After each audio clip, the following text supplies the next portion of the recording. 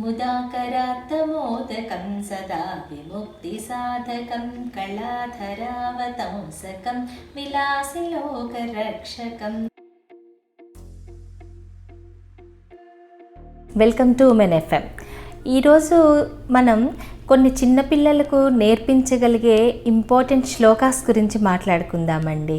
వాటిల్లో ముందుగా ఉదయం లేవంగానే పిల్లలకి వెంటనే మంచం దిగేయకుండా ఇలా అరచేతులు చూసుకుని కరాగ్రే వసతే లక్ష్మీ కరమధ్యే సరస్వతి కరమూలే స్థితౌ గౌరీ ప్రభాతే కరదర్శనం అని చెప్పి దండం పెట్టుకుని పిల్లల్ని దిగమని చెప్తే వాళ్ళకి రోజు అలా అలవాటు అయిపోతుందండి. మనం చాలా పట్టించుకుంటాం కదండి. ఈరోజు ఏదన్నా ఆ రోజు అవ్వగానే ఈరోజు ఎవరి మొహం చూసామో ఏమో అలా అనుకుంటాం కదా మనం. సో వీటన్నిటికీ ఈ ఒక్క శ్లోకం పిల్లలకి నేర్పిస్తే సెంటిమెంటల్గా కూడా వాళ్ళు చాలా హ్యాపీగా ఉంటారు. అదొకటండి. నెక్స్ట్, భూదేవి మన చెప్తారు కదండి, అమ్మ మనని 9 నెలలే మోస్తుంది. అమ్మ మనం చనిపోయి మన బూడిద కూడా అమ్మలో కలిపేసుకునే అంత భూమాతని మనం ఎంత దర్శించుకున్నా ఎంత దండం పెట్టుకున్నా తక్కువే. దానికోసం సముద్రవసనే దేవి పర్వతస్తనమండలే విష్ణుపత్నీం నమస్తుభ్యం పాదస్పర్శం క్షమస్వమే అని చెప్పి భూదేవికి దండం పెట్టుకోవాలండి. మన పిల్లలకి చిన్న చిన్న వాల్యూస్ మనం నేర్పామంటే అది అలా పరంపర కంటిన్యూ అవుతుంది కాబట్టి వాళ్ళకు కూడా మంచి జరుగుతుంది. ధర్మం వైపు వాళ్ళు నడవడానికి మనం అడుగులు నేర్పిస్తున్నట్టు. మనం నడక ఎలాగో నేర్పిస్తాం కదా, మంచి దారిలో నడిపిస్తే వాళ్ళకి మంచి ధర్మాన్ని కూడా మనం నేర్పించిన వాళ్ళు అవుతాం. తల్లి తలుచుకుంటే ఎన్నైనా చేయగలదు కదండి. సో కొన్ని శ్లోకాస్ కనుక మీరు వాళ్ళకి నేర్పిస్తే మంచిగా మీరు కూర్చునే నేర్పించక్కర్లేదండి. వాళ్ళన్ని టీవీ వాచ్ చేస్తున్నప్పుడు మార్నింగ్ టైం ఒక 10 minutes మీరు ఏది పెడితే అదే నేర్చుకుంటారు ఆటోమేటిక్గా. మీరు అనుకుంటారు కూర్చుంటేనే పిల్లలు నేర్చుకుంటారేమో, స్పెషల్గా కూర్చోబెట్టి నేర్పించాలి, ఎక్కడికన్నా పంపిస్తే బాగుండు అనేసి.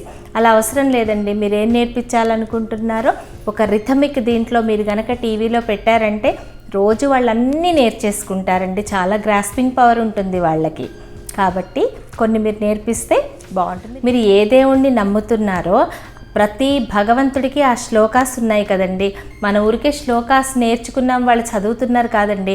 మనం ఏ శ్లోకం అయితే మనం చెప్తున్నామో సాక్షాత్తు ఆ దేవత వాళ్ళని కాపాడుతూ ఉంటుంది. తర్వాత స్నానం చేసేటప్పుడు గంగే చ యమునే చైవ గోదావరి సరస్వతి నర్మదే సింధు కావేరి జలేస్మిన్ సన్నిధం కురు ఇది చెప్పొచ్చండి. తర్వాత సూర్యభగవానుడు ప్రత్యక్ష దైవం అండి, కనిపించే దైవం. భగవంతుడు ఉన్నాడా లేదా అనే ప్రశ్నకి బయటికి వెళ్తే పొద్దున్నే సమాధానం దొరికిపోతుందండి. ఎవరు అడిగే ఈ క్వశ్చన్కైనా సమాధానం ఆయనే కదా. కాబట్టి ఉదయం బ్రహ్మస్వరూపం, మధ్యాహ్నం మహేశ్వరం, సాయంకాలం సదా విష్ణుం త్రిమూర్త్యం చ దివాకరం ఇది నేర్పించచ్చండి. ఇంకా గురు బ్రహ్మ గురు విష్ణు ఇవన్నీ స్కూల్లో చెప్తూనే ఉంటారు కదండి. గురు బ్రహ్మ గురుర్విష్ణు గురుదేవో మహేశ్వర గురు సాక్షాత్ పరబ్రహ్మ తస్మై శ్రీ గురవే నమః. తర్వాత సరస్వతీ నమస్తుభ్యం వరదే కామరూపిణి విద్యారంభం కరిష్యామి సిద్ధిర్భవతు మే సదా ఇదొకటి నేర్పించండి. తర్వాత హయగ్రీవ స్తోత్రం అండి. చదువుకి పిల్లలకి విజ్ఞానానికి జ్ఞానాన్ని పెంచే ఏదైనా విద్య నేర్చుకున్నప్పుడు ఈ శ్లోకం కనుక చెప్తే అన్ని విద్యలకి ఆధారం హయగ్రీవ స్తోత్రం అండి. ఈజీగా వచ్చేస్తుంది అన్నమాట ఆ విద్య. అదొకటి కూడా మీరు నేర్పించచ్చండి.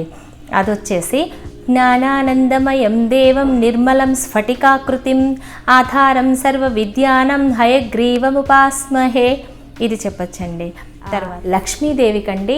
లక్ష్మీం క్షీరసముద్ర రాజతనయాం శ్రీరంగధామేశ్వరీం దాసీభూత సమస్త దేవవనితాం లోకైకదీపాంకురాం శ్రీమన్మంద కటాక్షలబ్ధ విభవద్ బ్రహ్మేంద్ర గంగాధరాం త్వాం త్రైలోక్య కుటుంబినీం సరసిజాం వందే ముకుంద ప్రియాం ఇదండి.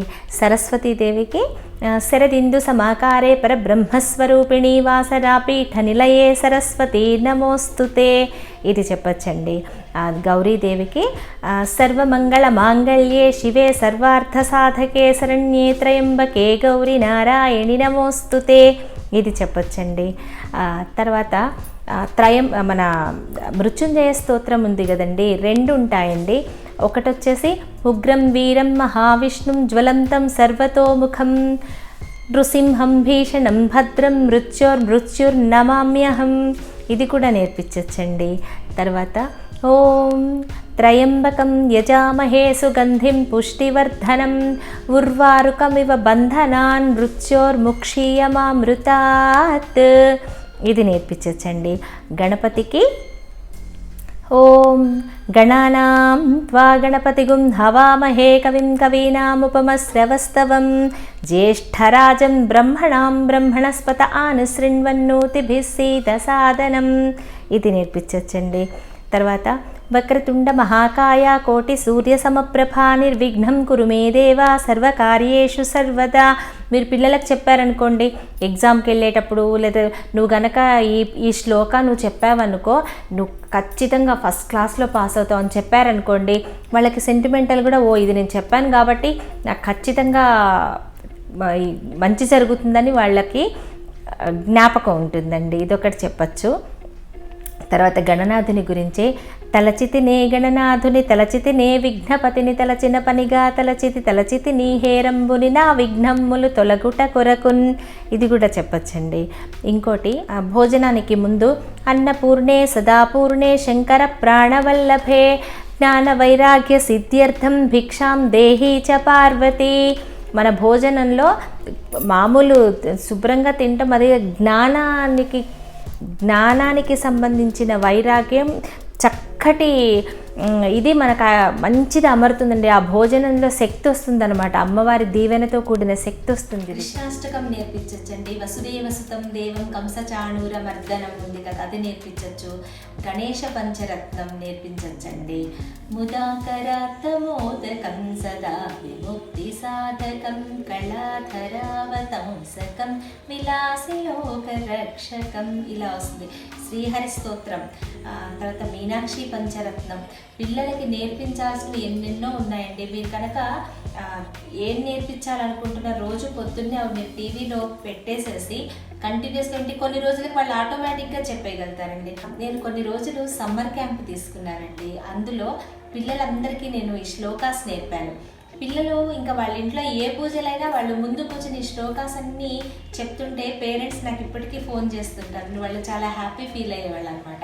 స్కూల్లో మార్నింగ్ టైంలో ప్రేయర్లో పిల్లలకి ఈ శ్లోకాస్ కూడా నేను నేర్పుతూ ఉండేదాన్ని. గరుడ గమన తవ ఉంటుంది, భారతీ తీర్థస్వామి గరుడ గమన తవ చరణ కమలమిహ మనసిల్ల సతోమ నిత్యం మనసిల సతువవ నిత్యం, అది కూడా మీరు నేర్పించవచ్చు. టీవీలో పాటగా పెడితే వాళ్ళు నేర్చుకుంటారు. నామరామాయణం చాలా బాగుంటుందండి.